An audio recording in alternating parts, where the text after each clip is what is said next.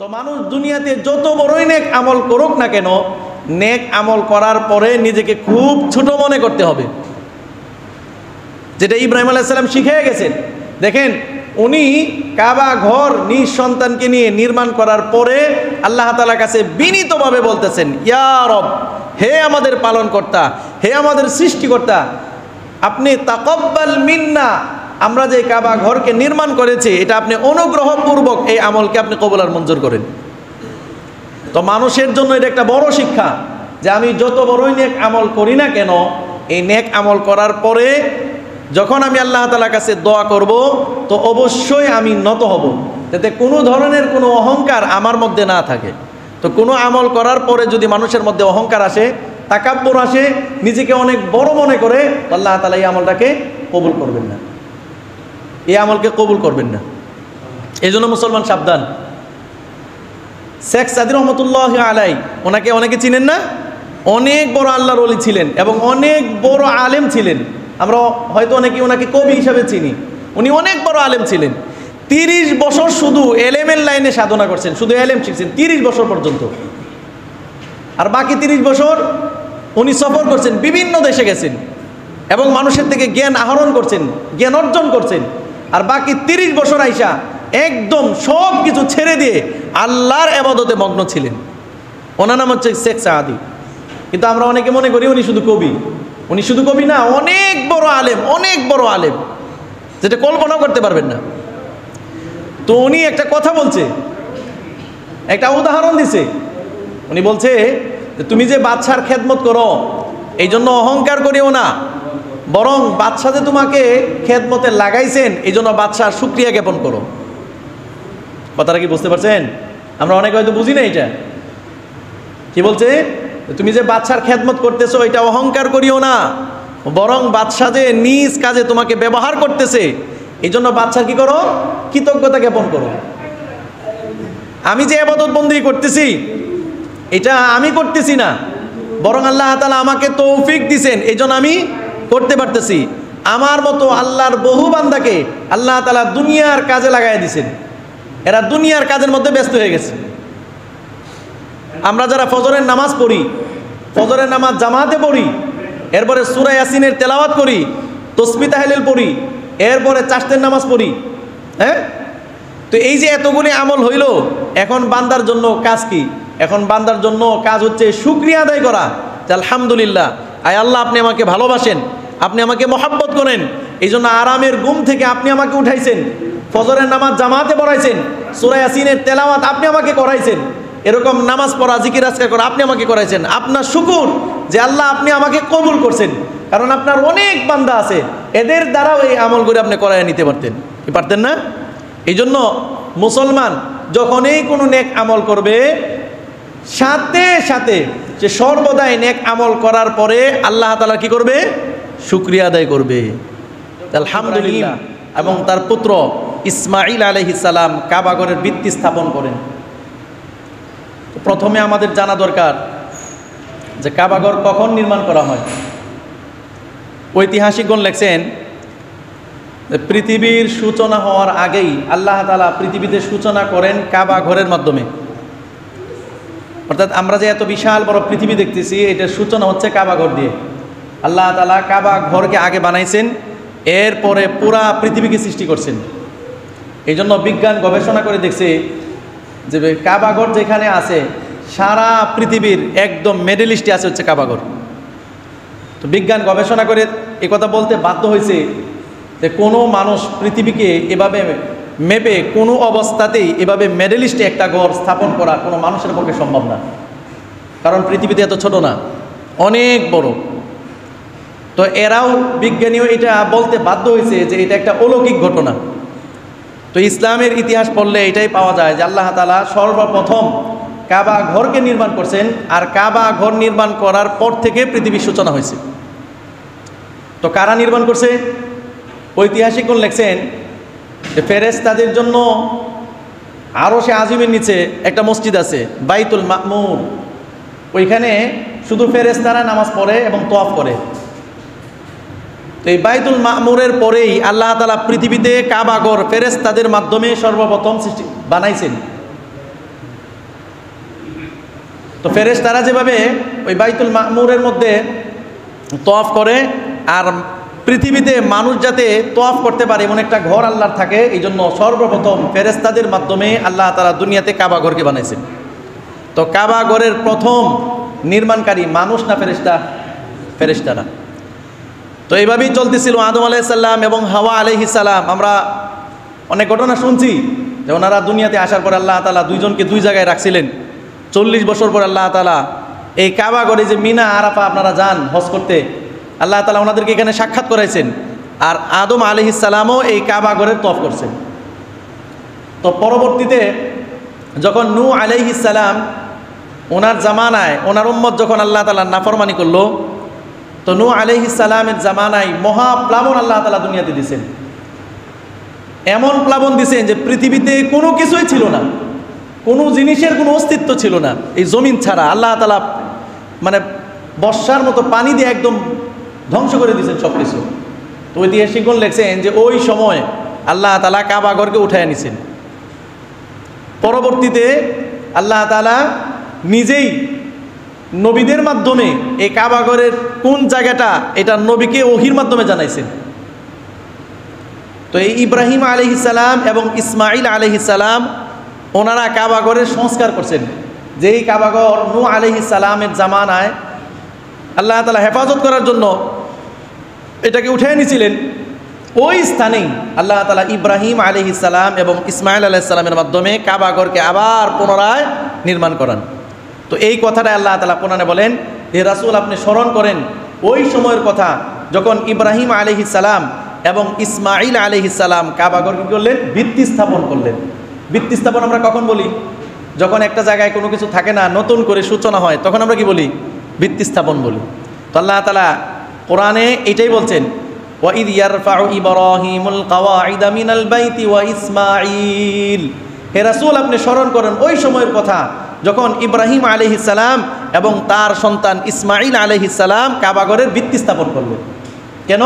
কাবা ঘরের কোনো চিহ্নও ছিল না। নূহ আলাইহিস সালামকে ঐতিহাসিক বলেন উনি হচ্ছেন দ্বিতীয় আদম। তো দ্বিতীয় আদম বলার কারণ হচ্ছে যে নূহ আলাইহিস সালামের জামানায় যে মহাপ্লাবন হয়েছিল, এখানে পৃথিবীর সব কিছুকে আল্লাহ তাআলা ধ্বংস করছিল। শুধুমাত্র ওনার কিস্তিতে বা ওনার নৌকায়, ওনার জাহাজে যাদেরকে আল্লাহ তাআলা ওঠার পারমিশন দিয়েছিলেন, যারা নূহ আলাইহিস সালামের সাথে ছিল, পরবর্তীতে এদের দ্বারাই পুনরায় আবার পৃথিবী আবাদ হয়, মানুষের আবার সূচনা হয়। এই জন্য নূহ আলাইহিস সালামকে বলা হয় দ্বিতীয় আদম। প্রথম আদমকে আদম আলাইহিস সালাম, আর নূহ আলাইহিস সালাম হচ্ছে দ্বিতীয় আদম, কারণ ওনার দ্বারা আবার পৃথিবীতে মানুষের সূচনা হয়।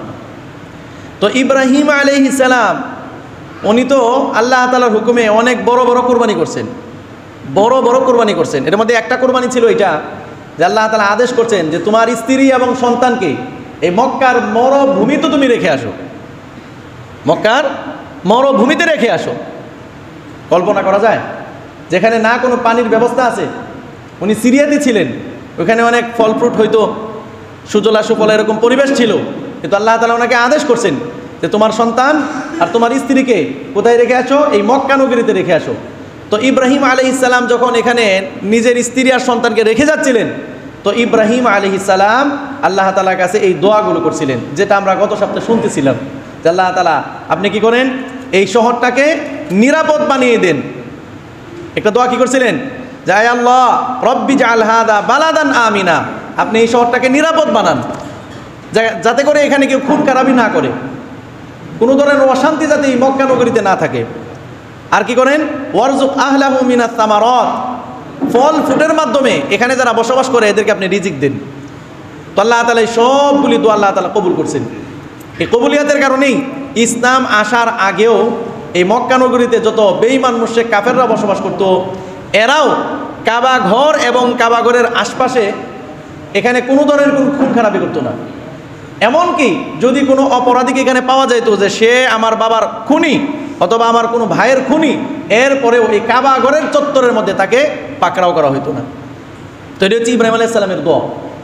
তো ইব্রাহিম আলাইহিস সালাম ওইখানে যেরকম দোয়া করছিলেন, এই কাবা ঘর নির্মাণ করার পরেও ইব্রাহিম আলাইহিস সালাম আল্লাহ তাআলার কাছে দোয়া করছিলেন।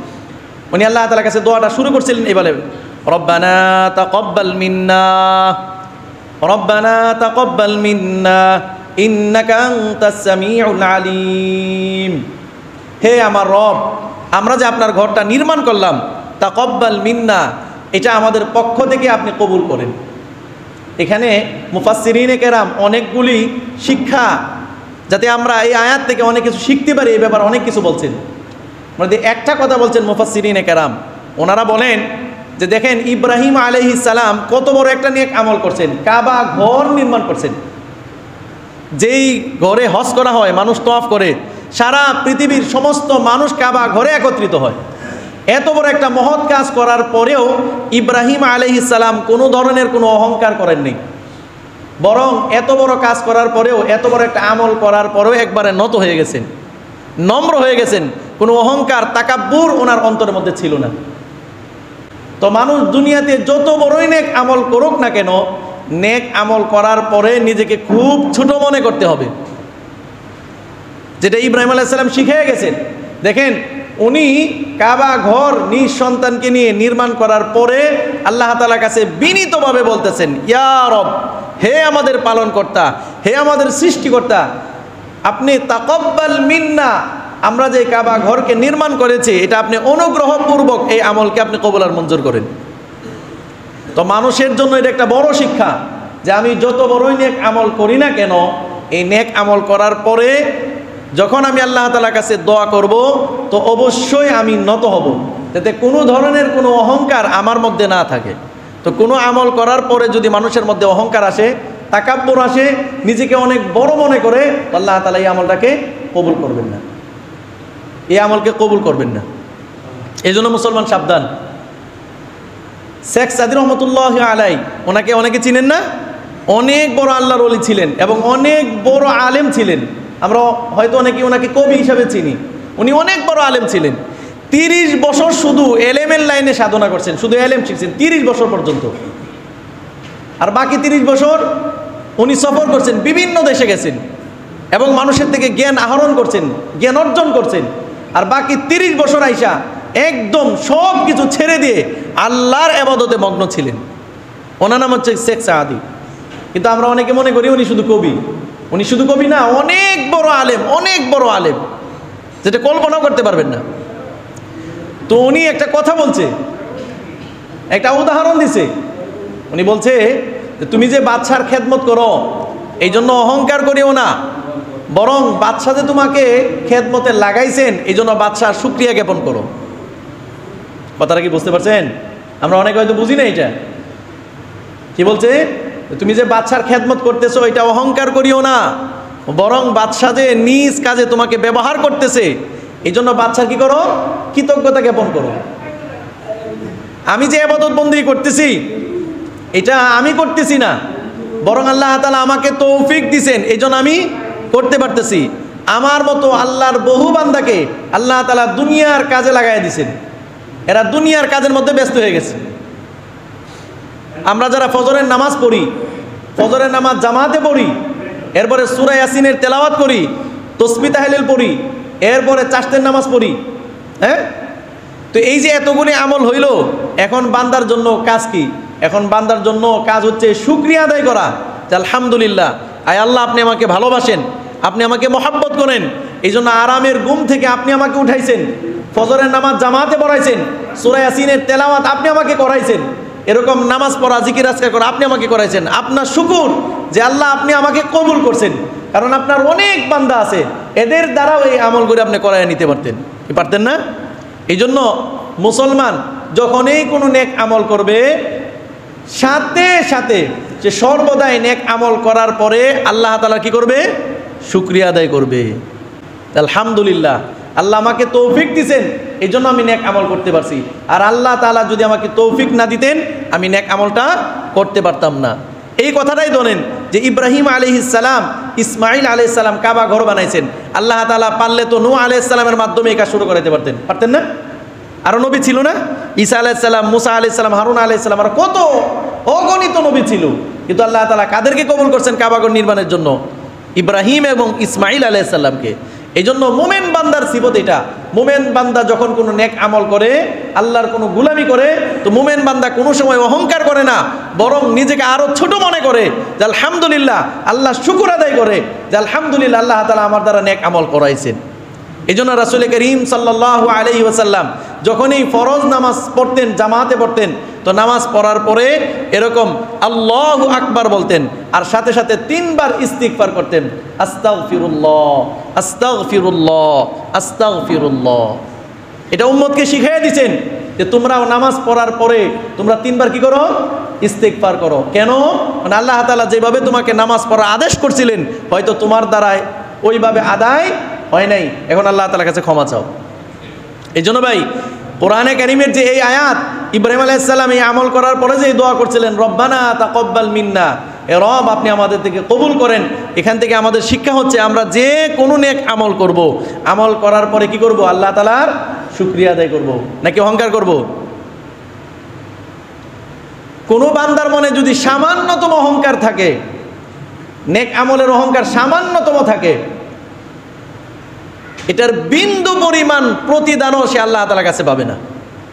আল্লাহ বলেন অহংকার এটা আমার চাদর, আল কিবরু রিদাই, হাদিসে কুদসিতে আল্লাহ বলেন আল কিবরু রিদাই, অহংকার হচ্ছে এটা আমার চাদর, যে এটা নিয়ে টানা হেঁচড়া করবে সে কিছুই পাবে না। এই জন্য মুসলমান কোনো সময় নেক আমল করার পরে অহংকার করতে পারে না, এটা সম্ভব না। তো ইব্রাহিম আলাইহিস সালাম এটা আমাদেরকে শিখাইয়া দিয়েছেন যে তোমরা নেক আমল করার পরে নিজেকে ছোট মনে করো, আর আল্লাহ তাআলা কি করো? শুকরগুজার করো। আর যখনই মানুষ নেক আমল করার পরে আল্লাহ তাআলা শুকরগুজার বান্দা হবে, তো আল্লাহ তাআলা আরও বেশি তাকে নেক আমল করার তৌফিক দিবেন। এরপর আল্লাহ তাআলা কোরআনে কারিমে বলেন যে ইব্রাহিম আলাইহিস সালাম কীভাবে আল্লাহ তাআলার কাছে দোয়া করতেছেন। প্রথম তো দোয়া শুরু করছেন রব্বানা দিয়া, এটা গত জুমা আমি বলছিলাম যে আমরা যে কোনো দোয়া করব রব্বানা দিয়ে শুরু করব, আমাদের রবকে আমরা আহ্বান করব, এরপরে বাকি দোয়াগুলো করব। ইব্রাহিম আলাইহিস সালাম বলেন রব্বানা তাকাব্বাল মিন্না ইন্নাকা আনতাস সামিউল আলিম, হে রব আমরা যে নেক আমলটা করলাম এটা আপনি কবুল করেন, কেননা আনতাস সামিউল আলিম, আপনি সব কিছু শুনেন। সামি মানে কি? শ্রবণকারী। আল্লাহ তাআলা সব কিছু শুনেন। আলিম, আল্লাহ তাআলা সব কিছু জানেন। এরপরে ইব্রাহিম আলাইহিস সালাম নিজের জন্য এবং নিজের পরিবারের জন্য দোয়া করছেন, নিজের বংশধরদের জন্য, সন্তানদের জন্য দোয়া করছেন, রব্বানা ওয়াজআলনা মুসলিমাইনি লাকা ওয়া মিন যুররিয়াতিনা উম্মাতাম মুসলিমাতাল লাক। ইব্রাহিম আলাইহিস সালাম দোয়া করছেন, আয় আল্লাহ আপনি আমাদেরকে মুসলিমাইনি লাক, আপনি আমাদেরকে মুসলমান হিসেবে কবুল করেন। এখানে দেখেন ইব্রাহিম আলাইহিস সালাম কি মুসলমান ছিলেন না? ইসমাইল আলাইহিস সালাম মুসলমান ছিলেন না? এখানে যে মুসলিম শব্দ ব্যবহার করছে এটার অর্থ কি? এটার অর্থ হচ্ছে আয় আল্লাহ আপনি আমাদের এই বাপ বেটাকে আপনি আপনার আনুগত্যশীল হিসাবে কবুল করেন। মুসলিম মানে কি? আনুগত্যশীল। মুসলিম শব্দের অর্থ কি? আনুগত্যশীল। আল্লাহ তাআলা যা আদেশ করে নির্দ্বিধায় মেনে নেয়, এর নাম হচ্ছে মুসলমান। কোনো কারণ নেই, কারণ ছাড়াই যারা আল্লাহর হুকুম মানে এদের নাম কি? মুসলিম। যেমন আপনি দেখেন এই যে ফজরের নামাজ, ফজরের নামাজটাই আপনি ধরেন, এটা কখন পড়তে হয়? সূর্য ওঠার আগে। আচ্ছা এখন তো গরমের দিন, শীতের দিনে সূর্য ওঠার আগে ফজরের নামাজ পড়াটা, এই আরাম ত্যাগ করাটা কষ্ট হয় না? এখন নামাজেই তো আপনি যদি যুক্তি খাটান, যেটা তো নামাজেই, আমরা সূর্য ওঠার পরে আমরা যখনই সূর্য উঠবে 8টা-9টার দিকে ঘুম থেকে উঠবো, সবাই জামাতে আজান দিয়ে সবাই নামাজ পড়বো, এটা এত কষ্ট করে এই সূর্য ওঠার আগে পড়ার দরকার কি? একই তো হইল, নামাজেই তো। আপনি যদি এই যুক্তি দেখান আপনার যুক্তি ঠিক আছে, কিন্তু তো নামাজেই তো, এটা সূর্য ওঠার পরে পড়বো, কষ্ট করার দরকার নেই, তো আমরা নামাজেই পড়বো। তাহলে কি আল্লাহর হুকুম মানা হইল? বলেন মানা হইল? এই যে কোরবানি, এই যে সামনে কোরবানি আসতেছে, যে কোরবানিতে আমরা কি করি? পশু জবাই করি, গরু গোশত খাই। তো এটা জিলহজ মাসের 10 দিন কেন? এটা 9 তারিখ হইলে সমস্যা কি? কোরবানিই তো করবো। যে আজকে আমার বাড়িতে মেহমান আসছে বা একটা বিবাহ শাদী আসছে, আজকে জিলহজ মাসের 5 তারিখ, তো কোরবানি আমি তো আল্লাহর জন্যই কোরবানি করতেছি, এটা আমি 5 তারিখে দিয়ে দিই, সমস্যা কি? আপনার যুক্তি ঠিক আছে, কিন্তু এটা কি আল্লাহর হুকুম মানা হবে? মানা হবে না। তাহলে ভাই মুসলিম কাকে বলে? এই যে ইব্রাহিম আলাইহিস সালাম আল্লাহ তাআলার কাছে দোয়া করতেছেন, রব্বানা ওয়াজআলনা মুসলিমাইনি লাকা, হে রব আপনি আমাদেরকে মুসলিম হিসাবে কবুল করেন, আপনি আমাদেরকে মুসলমান বানান। তো এরা তো মুসলমানই, তো আবার মুসলমান হওয়ার কি আছে? এই মুসলমান হওয়ার উদ্দেশ্য হচ্ছে যে আল্লাহ আপনি আমাদেরকে এমন বান্দা বানান যে আপনি হুকুম করবেন কোনো ধরনের কোনো দ্বিধাদ্বন্দ্ব ছাড়াই আপনার হুকুমটা আমরা মেনে নেব, আনুগত্যশীল আপনি আমাদেরকে বানান। তো ইব্রাহিম আলাইহিস সালাম শুধু নিজের জন্যই দোয়া করেন নাই, বলতেছে ওয়ামিন যুররিয়াতিনা, আমাদের পরবর্তী বংশধর যারা হবে এদের মধ্য থেকে উম্মাতান মুসলিমাতান লাক, এদেরকে একটা আনুগত্যশীল দল হিসাবে আপনি কবুল করেন। অর্থাৎ আমরা যেরকমভাবে আপনার হুকুম মান্য করে চলি, আপনি যা বলেন নির্দ্বিধায় মেনে নেই, আমাদের পরবর্তী বংশধর যারা আসবে দুনিয়াতে, আমার বংশধর যারা আসবে এদেরকেও আপনি ওই আনুগত্যশীল দল হিসাবে কবুল করেন। এখানে অনেকগুলো শিক্ষা আছে ভাই, অনেকগুলো শিখার আছে। এর মধ্যে একটা হচ্ছে যে আমরা যেভাবে আল্লাহ তাআলা হুকুমগুলি পুরা করি, অনুরূপভাবে আমাদের সন্তান পরবর্তী প্রজন্ম যারা দুনিয়াতে আসবে এরাও যাতে আনুগত্যশীল হয়, এই দোয়া আল্লাহ তাআলার কাছে করতে হবে। এটা ইব্রাহিম আলাইহিস সালাম শিখিয়ে গেছে যে নিজেদের জন্য আল্লাহ তাআলার কাছে আনুগত্যশীল হওয়ার দোয়া করো, পরবর্তী প্রজন্ম যারা দুনিয়াতে আসবে এরাও যাতে শয়তানের ধোঁকায় পথভ্রষ্ট না হয়, এরাও যাতে হেদায়েতের উপর অটল থাকতে পারে, আল্লাহর হুকুম মোতাবেক জীবনযাপন করতে পারে, এদের জন্যও তুমি কি করো, দোয়া করে যাও। ইব্রাহিম আলাইহিস সালাম এই দোয়ার ফসল হচ্ছে ইব্রাহিম আলাইহিস সালামের বংশধর যারা ছিল এরা কেউই মূর্তি পূজারী ছিল না। কি ছিল না? মূর্তি পূজারী ছিল না। এই যে রাসূল করিম সাল্লাল্লাহু আলাইহি ওয়াসাল্লামের উপরে ওহী নাজিল হয়েছিল, ওহী নাজিল হওয়ার পরে খাদিজা রাদিয়াল্লাহু তাআলা আনহা খ্রিস্টানদের একজন পাদ্রী ছিল, ওনার কাছে নিয়ে গেছিলেন নাওফেল। শুনছেন কোনোদিন এই ঘটনা? হ্যাঁ, খাদিজা রাদিয়াল্লাহু তাআলা আনহা ওনার কাছে যখন রাসূল করিম সাল্লাল্লাহু আলাইহি ওয়াসাল্লাম এসে বললেন যে আমার কাছে তো এরকম একজন লোক আসছিল, এরপর আমাকে এগুলো শুনাইছে, আমি ওনার সাথে পড়ছি, আমার তো এখন ভয় হইতেছে। তো খাদিজা রাদিয়াল্লাহু তাআলা আনহা ওনার এক ভাই ছিল, সম্ভবত খালাতো ভাই, ওনার নাম ছিল নওফেল, ওনার কাছে নিয়ে গেছিল। তো নেওয়ার পরে বলছিল যে উনি কি হবে, নবী হবে। তো ওনারা কি ছিলেন, ওই মূর্তি পূজারী ছিলেন না, ওনারা ইব্রাহিম আলাইহিস সালামের বংশের লোক ছিল। ইব্রাহিম আলাইহিস সালামের বংশের লোক যারা, এরা কেউই মূর্তি পূজা করতেন না। এই যে দোয়া করে গেছিলেন উনি, ওয়ামিন যুররিয়াতিনা উম্মাতাম মুসলিমাতান লাক, যে আমার বংশধরদের থেকে এমন একটা দল বানান যারা হবে আপনার আনুগত্যশীল। আল্লাহ তাআলা এই দোয়া কবুল করছেন। ওনার বংশের যারা, ইব্রাহিম আলাইহিস সালামের খাস বংশের যারা, কেউ এরা মূর্তি পূজারী ছিল না। এই জন্য এটা আমাদের জন্য শিক্ষা যে আমরা কি করব, আমরাও দিনের উপর অটল অবিচল থাকবো এবং আমাদের পরবর্তী প্রজন্ম যারা দুনিয়াতে আসবে এদের জন্য এই দোয়া করে যেতে হবে। এরপরে ইব্রাহিম আলাইহিস সালাম দোয়া করেন, ওয়া আরিনা মানাসিকানা ওয়া তুব আলাইনা ইন্নাকা আনতাত তাওয়াবুর রহিম। ইব্রাহিম আলাইহিস সালাম বলেন, ওয়া আরিনা মানাসিকানা, হে রব আপনি তো এই কাবাঘর আমাদের দ্বারা বানাইছেন, এখন তো আপনি আদেশ করছেন যে এটার হজ করো, তো আমরা হজ কিভাবে করবো এটা তো আমরা জানি না। কিভাবে হজ করতে হয় এটা আল্লাহ তাআলা যদি না শিখাইতেন বান্দারা জানতো না। তো ইব্রাহিম আলাইহিস সালাম আল্লাহ তাআলার কাছে দোয়া করতেছেন, ওয়া আরিনা মানাসিকানা, হে রব আপনি আমাদেরকে দেখাইয়া দেন কিভাবে হজ করতে হয়, হজ কিভাবে করতে হয় এটা আপনি আমাদেরকে দেখাইয়া দেন। ওয়া তুব আলাইনা, আমরা তো বারবার আপনার কাছেই ফিরে আসি, আমরা অনেকে তওবার অর্থ জানি না। তাওবা এতুব অর্থ কি? আল্লাহ তাআলার কাছে ফিরে আসা। মানুষ যখন আল্লাহর নাফরমানি করে তো শয়তানের দলে থাকে, শয়তানের কথা মতো চলে, নফসের গোলামি করে, মনের যা চায় তাই চলে, তো তখন আর রবকে রব মানে না, বরং মনকে রব মানে, তো অন্যদিকে চলে গেছে না। তো মানুষ যখন তওবা করে, আস্তাগফিরুল্লাহ পড়ে, তো কার দিকে ফিরে আসে? আল্লাহ তাআলার দিকে, যে এখন যত নাফরমানি হয়েছে সব শেষ, এখন আমার রব আমাকে যা বলবে আমি সব রবের কথা অনুযায়ী চলবো। এখন কার দিকে ফিরে আসলো? রবের দিকে, আল্লাহ তাআলার দিকে। তো এইটা হচ্ছে তওবা, যে শয়তানের গোলামি ছেড়ে, নফসের গোলামি ছেড়ে আল্লাহর দিকে ফিরে আসা, এটাকে বলে তওবা। তো ইব্রাহিম আলাইহিস সালাম দোয়া করতেছেন, ওয়া তুব আলাইনা, ওয়া তুব আলাইনা, আমরা তো আপনার দিকেই ফিরে আসতেছি, নিশ্চয়ই আপনি তওবা কবুলকারী, আপনি কি করেন, আমাদেরকে ক্ষমা করে দেন। এরপরে ইব্রাহিম আলাইহিস সালাম আরেকটা দোয়া করছেন, এই কাবাঘর নির্মাণ করার পরে আরেকটা দোয়া করছেন ইব্রাহিম আলাইহিস সালাম। ইব্রাহিম আলাইহিস সালাম আল্লাহ তাআলার কাছে বলেন, রব্বানা ওয়াবআথ ফীহিম রাসূলাম মিনহুম ইয়াতলু আলাইহিম আয়াতিকা ওয়া ইউআল্লিমুহুমুল কিতাবা ওয়াল হিকমাতা ওয়া ইউযাক্কিহিম ইন্নাকা আনতাল আজিজুল হাকীম। ইব্রাহিম আলাইহিস সালাম দোয়া করেন, হে রব ওয়াবআথ ফীহিম রাসূলাম মিনহুম, যে আমার বংশধরদের মধ্য থেকে, আমার বংশে এমন একজন রাসূল আপনি প্রেরণ করেন, ইয়াতলু আলাইহিম আয়াতিকা, যে রাসূল কি করবে, যে রাসূলের প্রথম কাজ হবে যে আপনি যত ওহী দুনিয়াতে পাঠাইছেন এই সমস্ত ওহীগুলো তেলাওয়াত করে তাদেরকে শোনাবে। ইয়াতলু আলাইহিম আয়াতিকা, আসমানি কিতাব পাঠ করে তাদেরকে শোনাবে। ওয়া ইউআল্লিমুহুমুল কিতাব ওয়াল হিকমা, এবং আসমানি কিতাব তাদেরকে শিক্ষা দিবে, এবং ওয়াল হিকমা, তাদেরকে হিকমত শিখাবে। এই হিকমত কি? সমস্ত মুফাসসিরিনে কেরাম একমত, এই হিকমত হচ্ছে রাসূল করিম সাল্লাল্লাহু আলাইহি সাল্লামের সুন্নাহ। ওয়া ইউযাক্কিহিম, এবং আমার বংশধরদেরকে আত্মশুদ্ধি করবে। কি করবে ভাই? আত্মশুদ্ধি, দিলকে পাক সাফ করবে সমস্ত কুফরি থেকে, সমস্ত নাফরমানি থেকে। আমার বংশধর যারা আসবে এদেরকে এই নবী কি করবে? পাক সাফ করবে। তো ইব্রাহিম আলাইহিস সালাম এই কাবা ঘর নির্মাণ করার পরে যে আল্লাহ তাআলার কাছে দোয়া করছিলেন যে আপনি ওয়াবাআস ফীহিম রাসূলাম মিনহুম, যে আমার বংশধরদের মধ্য থেকে একজন নবী পাঠান আমার বংশেই। কার বংশে? আমার বংশে।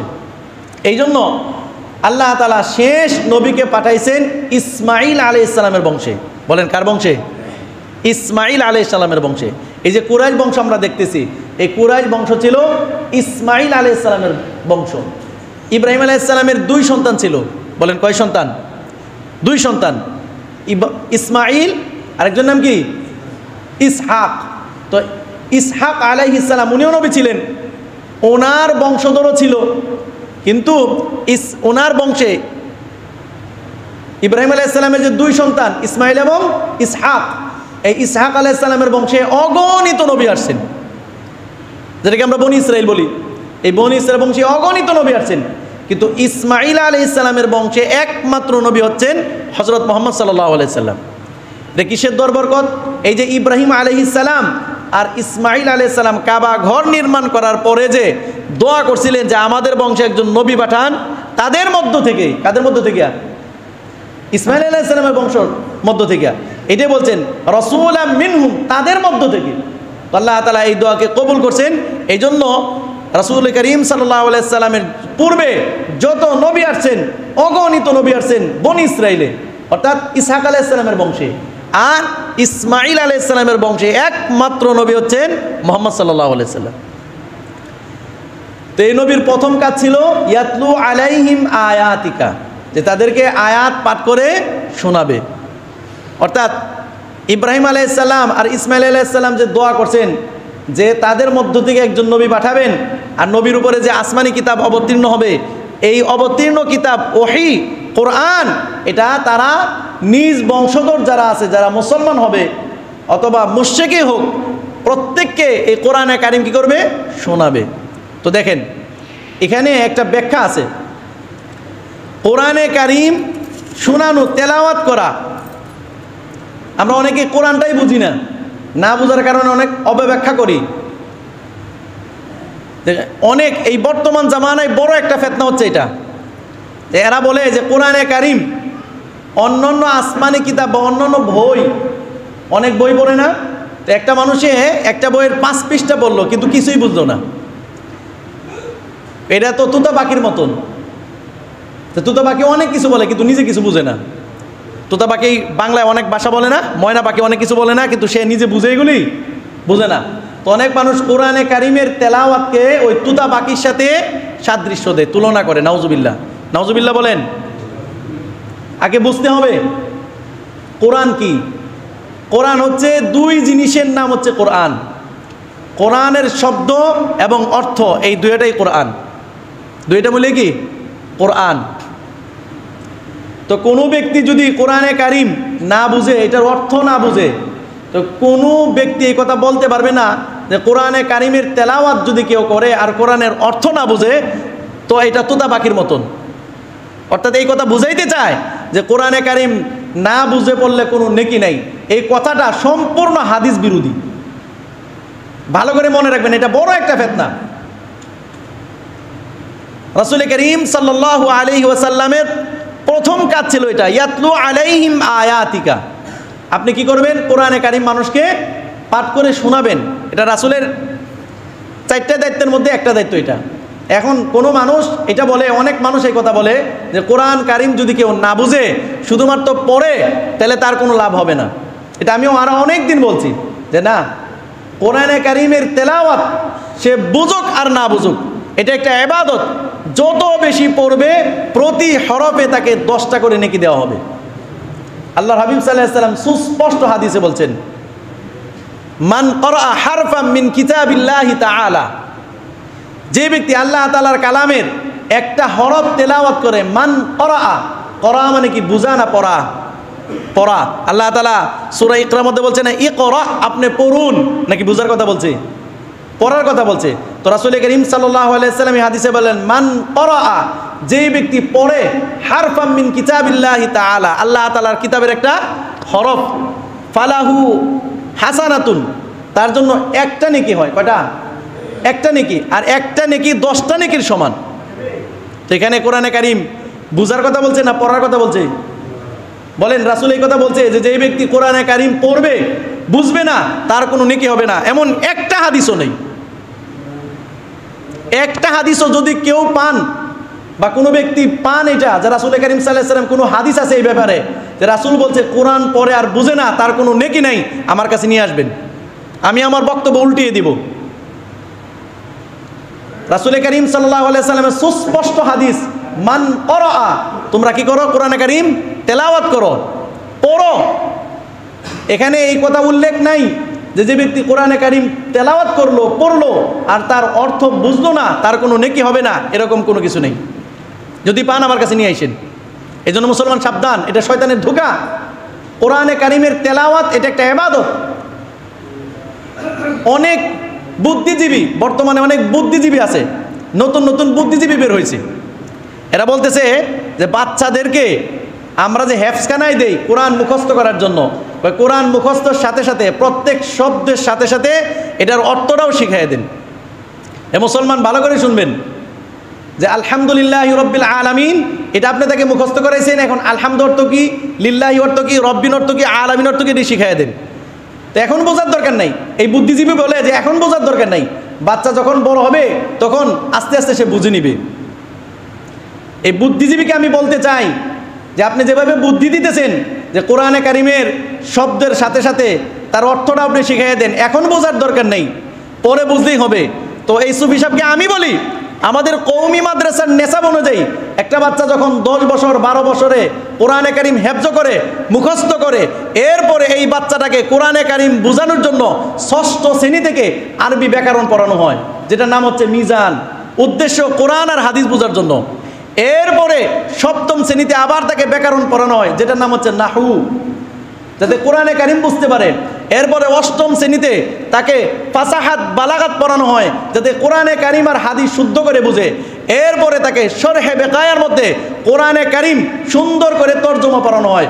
সর্বপ্রথমে এই বাচ্চাটা কোরআনে কারিমের পরিপূর্ণ হেফজ করছে এবং ব্যাকরণের সাথে সে যাতে কোরআনের অর্থটা বুঝতে পারে, এই জন্য তাকে 3 বছর তার পিছনে মেহনত করা হয়েছে। উদ্দেশ্য কোরআন না বোঝা না কোরআন বোঝানোর জন্য। এই বুদ্ধিজীবীকে এই কথা জানাইয়ে দিবেন যে তাকে সর্বপ্রথম কোরআনে কারিমের হেফজ করানো হয়েছে, এরপরে কোরআনটা যাতে ব্যাকরণের সাথে বুঝে, এই জন্য তাকে 3 বছর তার পিছনে মেহনত করা হয়েছে। মিজান, নাহু সরফ, এরপরে বালাগাত, ফাসাহাত, এগুলো সব তাকে পড়ানোর পরে তাকে তর্জমা দেওয়া হয়েছে, যাতে সে শব্দে শব্দে কোরআনে কারিম শিখতে পারে। এরপরে সে যখন জালালাইন শরীফ পড়ে, জালালাইন, এখানে কোরআনে কারিমের তাফসির পড়ানো হয়, যাতে বাচ্চাটা পরিপূর্ণভাবে, এখন তো আগেই সে কোরআন মুখস্থ করছে, এরপরে কোরআনের শাব্দিক তর্জমা শিখছে, এখন যাতে ব্যাখ্যা সাপেক্ষে কোরআন বুঝতে পারে, এই জন্য তাকে জালালাইনের মধ্যে কি পড়ানো হয়? তাফসিরে জালালাইন পড়ানো হয়। এরপরে যখন সে দাওরায়ে হাদিস শেষ করে, অর্থাৎ কামেল শেষ করে, মাস্টার ডিগ্রি শেষ করার পরেও আমাদের কওমি মাদ্রাসার নেসাবের মধ্যে দাওরায়ে হাদিস শেষ করার পরে 1 বছর পর্যন্ত যাতে কোরআনের রিসার্চ করে সে মাসআলা বের করতে পারে, এটার আরও কোরআন বিস্তারিত বুঝতে পারে, এই জন্য কওমি মাদ্রাসার সন্তানরা কি পড়ে? তাফসির পড়ে। বলেন কি পড়ে? তাফসির পড়ে। উদ্দেশ্য কি কোরআন না বুঝা? বলেন কোরআন না বুঝা না কোরআন বুঝার জন্য? এখন এই সমস্ত বুদ্ধিজীবী যারা বলে একটা বাচ্চাকে কোরআনের শব্দ শিখিয়ে দেন, বুঝুক আর না বুঝুক, বড় হইলে বুঝবে না, এই সুফি সাহেবদেরকে বলতে চাই, আপনারাই তো এই কথা বলেন যে কোরআন না বুঝে বললে কোনো সোয়াব নাই, তোতা পাখির মতো হইলো। তো এই বাচ্চারা তোতা পাখির মতো কেন ছোট সময় কোরআনের শব্দ মুখস্থ করবে?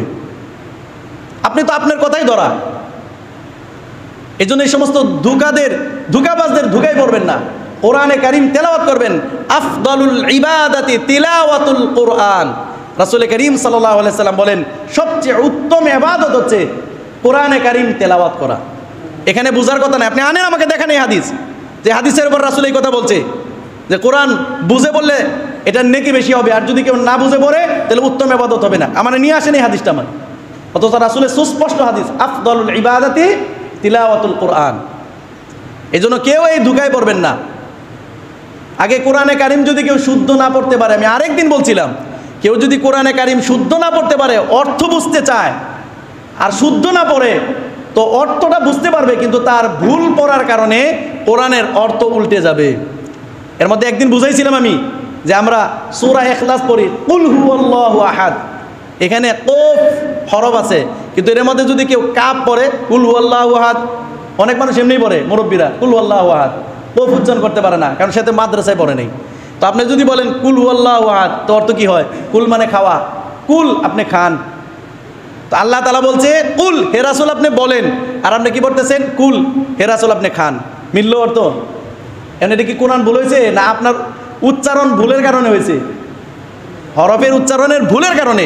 এই জন্য আমরা কওমি মাদ্রাসার সন্তানরা, আমাদের ইচ্ছে হচ্ছে বাচ্চারা আগে কোরআনে কারিম সহি শুদ্ধ তেলাওয়াত শিখবে, যাতে তার ভুল পড়ার কারণে অর্থ যাতে ভুল না হয়। এরপরে বাচ্চারা অবশ্যই কোরআনে কারিমের শাব্দিক তর্জমা শিখবে, তাফসির অনুযায়ী তার তর্জমা শিখবে।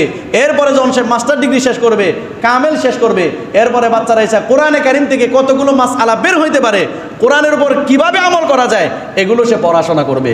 উদ্দেশ্য এটা নয় যে কোরআনে কারিম সে বুঝবে না। এখন বলেন, আম মানুষ যারা মাদ্রাসায় পড়ালেখা করে নাই, আপনাদের কথাই ধরেন, আপনারা সবাই কি মাদ্রাসায় পড়ছেন? পড়েন নাই। তা আপনাদের দ্বারা কি কোরআন পরিপূর্ণ বোঝা সম্ভব হবে? সম্ভব হবে না। তো এখন যদি কেউ মনে করে যেহেতু আমি কোরআনে কারিম সহি শুদ্ধ বুঝি না, আজকে থেকে পড়া শেষ, তাহলে এই শয়তানি কাজে লাগবে। এই শয়তানের উদ্দেশ্য এইটা যে মানুষ যাতে কোরআনে কারিমের তেলাওয়াত থেকে বঞ্চিত হয়। এজন্য কেউ এই ধোঁকাবাজদের ধোঁকায় পড়বেন না। প্রত্যেকেই যে যতটুকু পারেন কোরআনে কারিম তেলাওয়াত করবেন, মুখস্থ করবেন। যদি কেউ কোরআনে কারিম মুখস্থ করে, এটার ফাজাইলে ভিন্ন, অন্য কোনো দিন ইনশাআল্লাহ আমি বলবো। এই জন্য যতটুকু বললাম এতটুকু বোঝার চেষ্টা করবেন, এর উপরে আমল করার চেষ্টা করবেন। যারা ইব্রাহিম আলাইহিস সালাম আর ইসমাইল আলাইহিস সালাম কাবা ঘর নির্মাণ করার পরে যে রাসূলের জন্য দোয়া করছিলেন, এই রাসূলের একটা কাজ ছিল কি? ইয়াতলু আলাইহিম আয়াতিকা। কি বলবে রাসূল? যে রাসূলের উপরে যে ওহী নাজিল হবে, যে কোরআন আসবে, যে কোরআন রাসূলের উপর নাজিল হবে, এটা কি করবেন? শুনিয়ে দিবেন। আর রাসূল করিম সাল্লাল্লাহু আলাইহি সাল্লাম এই দায়িত্ব পরিপূর্ণ আদায় করছেন। বেঈমান, মুশরিক, কাফের, মুসলমান প্রত্যেককেই রাসূল সাল্লাল্লাহু আলাইহি সাল্লাম কোরআনে কারিম তেলাওয়াত করিয়া শুনাইছেন। আর এই শোনানোর কারণে অনেক মানুষ কোরআনের শুধু তেলাওয়াত শুনেই মুসলমান হয়েছে। আল্লাহ তাআলা আমাদেরকেও এই কোরআন বেশি পড়ার এবং কোরআন বুঝার, আমল করার তৌফিক দান করুক। ওয়া আখিরু দাওয়ানা আলহামদুলিল্লাহি রাব্বিল আলামিন।